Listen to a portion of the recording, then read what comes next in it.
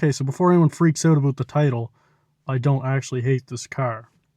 I actually love this car. I daily it, I've owned multiple of them, and I still think it's one of the best budget cars you can get. That being said, when you own this many of them, I've had 4 now, you tend to notice a few things. So today I'm counting down the top 10 things that I hate about this car. So number 10, we have the oil filter location. If you own one of these, you already know what I'm talking about.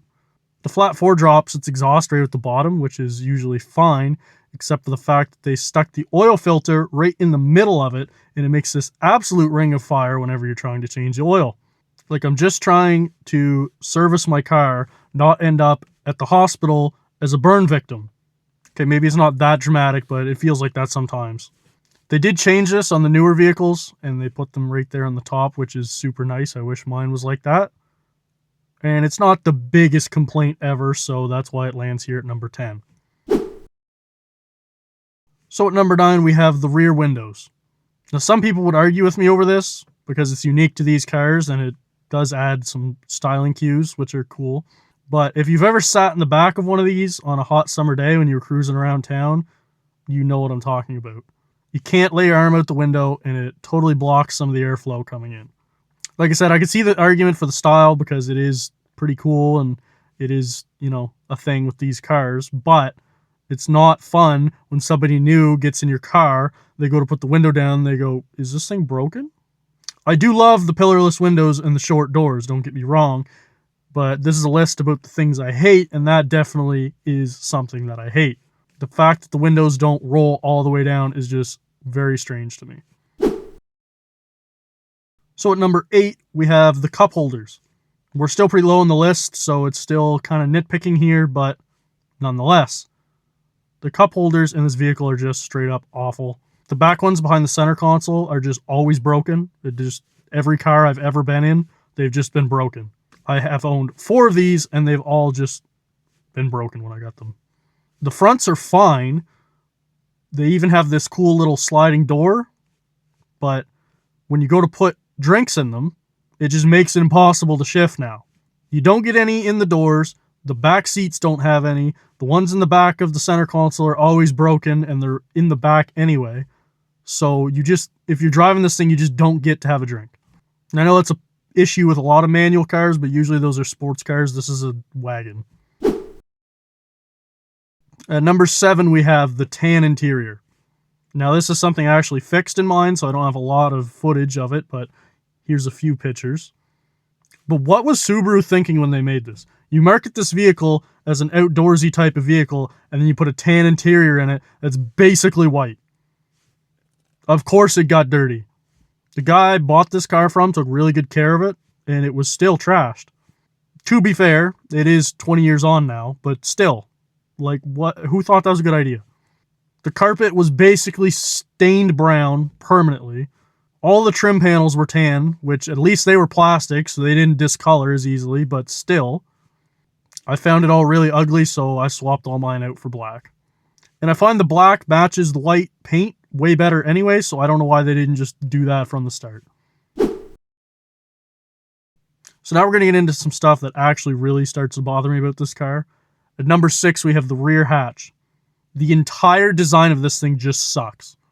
Its looks are fine, but the function is awful. Everything about it just sucks. My biggest complaint is probably the panel on the top of the hatch can just snap clean off if you forget that there's snow up there and you go to open it. This is a car that's marketed for the northern market, and then if you just happen to forget that there's snow there, if you're in a rush or something and you open it up, boom, there goes your top hatch. Just snaps right off. Ask me how I know. And yeah, I guess that's a user error, but still. This rear panel is just super fragile for some reason, and it's always broken. If you have to take it apart for some reason, you will break plastic. It's just inevitable. There's a bunch of tabs that hold these bolts into place that kind of bolt it onto the car, and you always break those. They always break off. My panel is literally glued on because they're all just broken off and there's no way to reattach it. The rear handles on these things are also just always broken for some reason. I took mine apart and it was just disintegrated with rust. It was only half stuck in there. The rest of it was just missing. And even after I got a brand new one and replaced it, just the way it all mounts in there, it's still not perfect. It's lopsided still. And another nitpick, now this could just be me because the way I wired up this vehicle is absolutely scuffed. But if I lock my doors, which I have to every night, and then in the morning I come out and I unlock all the doors, I can not get into the hatch until I actually press this button on the key fob. But you can't press the button if the keys are in the ignition. So if you're driving and you want to open the hatch, you have to turn the car off, take the keys out, press the button. No way it'll unlock without pressing that button. Now, like I said, this could just be my car because of the way that I wired it up. I might have done something wrong and it's not, reading correctly for whatever reason, the inputs from the key. But if not, that's just stupid design. And if it is, this is a list about things I hate about my car, and this is on my car, so it counts. Number 5, we have the spark plug locations. If you own a Subaru, you're nodding at your screen right now because you know what I'm talking about. It's not the worst thing in the world. Like, when they made it so you had to be able to service it. However, if you've ever worked on an inline engine before and then you swap over to these, it's like, why?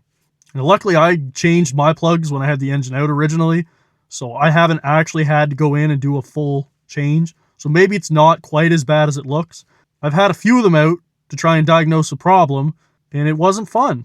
I wish we could get a couple more inches in between here because you're right up on the fender. You're fighting for room the entire time. It's not impossible, and I'm sure if you work on these a lot, you're probably thinking I'm stupid, but if you work on inline engines a lot and then you come and look at this, it's a little frustrating. At number 4, we have burping the radiator. Now, this is personal for me. This is my personal nemesis. It's way higher than it should be. I don't understand. Maybe it's just me that struggles this bad, but I just can't seem every time I go to do a coolant flush or a change or some sort of maintenance on it that I can get the radiator to burp. It always just does not work. It's one of those jobs that should be simple and it just never is. No matter what I do, that bottom hose just will not pressurize. It just will not. Now, that thermostat being on the bottom is nice because it's easy to get at if you're underneath the car. But the downside to that is because of the location, it makes it really hard for all the air bubbles to come back up. Now, obviously, you always get it in the end because I'm driving the car, but it's definitely a pain for sure every time I go to do this. Now, you may be able to excuse some of these things as user error, maybe I'm a bad mechanic, but this is just stupid. Why are these so garbage? And of course, I'm talking about the dash pad. Why are these so garbage? The design is fine, it looks nice, but why are they so sticky? It is literally always sticky no matter what you do. You can clean it a million times, it's always sticky, and in the summer, don't even get me started. It looks bad, it traps dust, it's always tearing. Subaru, why? The previous owner had a dog, and when I got this car, the car was clean, but the dash was just stuck with dog hair because sticky dash. Just awful to deal with. Plus, these cars had an airbag recall, so if you're getting a junkyard dash that is probably still sticky, but maybe you find one that isn't, then you have to deal with if the dash you picked up has the recall, if it has the right airbag, if it doesn't, because, you don't want a bomb in your car. Again, ask me how I know. It's just awful all around. Thank you, Subaru. So at number 2, we have the head gaskets. Even if yours are fine, you're still thinking about them. They live in the back of my mind rent-free. You start your car up on a cold day, that exhaust smoke's a little more visible than usual. Instant anxiety. Little condensation in the bottom of your oil cap from some humid days. I'm panicking now. Oil leak in your driveway, the car must be cooked.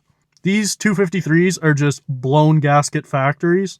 People that say it's not an issue, I don't know what you're talking about. Every Subaru I've ever looked at that had these engines, they were blown at some point or another. In fact, they claim the life of the original engine from this car at 130,000 kilometers.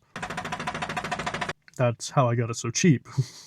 Now, luckily, the gaskets in the engine that I have now have been changed at some point, and it looks like they might have even put a brand new head on it because one's really shiny and one is dull and crusty like the rest of it. but I don't have the service records to check that out 100%. But I've had no issues so far, fingers crossed. It's just a major issue for these cars. It's really Subaru's biggest reputation killer, and it all come from this. So there's no way it couldn't be this high on the list, but it felt too cliche to put it at number 1.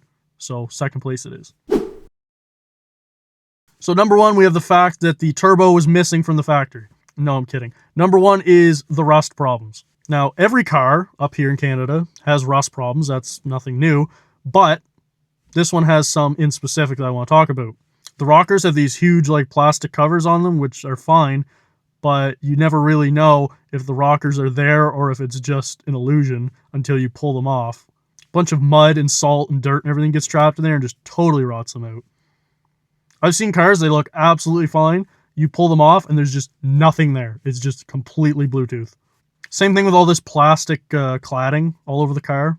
I mean, it's for the style, but when you peel that back, there's a lot of rust usually underneath. That's actually one spot that my car does have an issue we're going to have to fix this summer. The rest of this car is actually super clean for a 20-year-old Canadian winter car, but it's not perfect. And finally, we have the problems with the gas tanks. They're just always leaking due to the rust. From what I understand, you have to drop the rear subframe to change them. So it's literally the most involved job you could do in this car. You could pull the engine, transmission, all of that easier than you could pull the gas tank out. I literally had everything else out of this car, and I should have changed the tank, but it wasn't leaking at the time. So I put it all back together, and 6 months later, now I have a huge fuel leak. With all that being said, I still rely on it, I still drive it, and I still absolutely love this piece of junk car. If you own one or have anything to add, drop a comment, let me know. Or if you agree with anything I said or disagree, let me know. If you like today's video, please remember to subscribe and check out any of these videos here that YouTube thinks you might like. Thanks again for the support. Peace.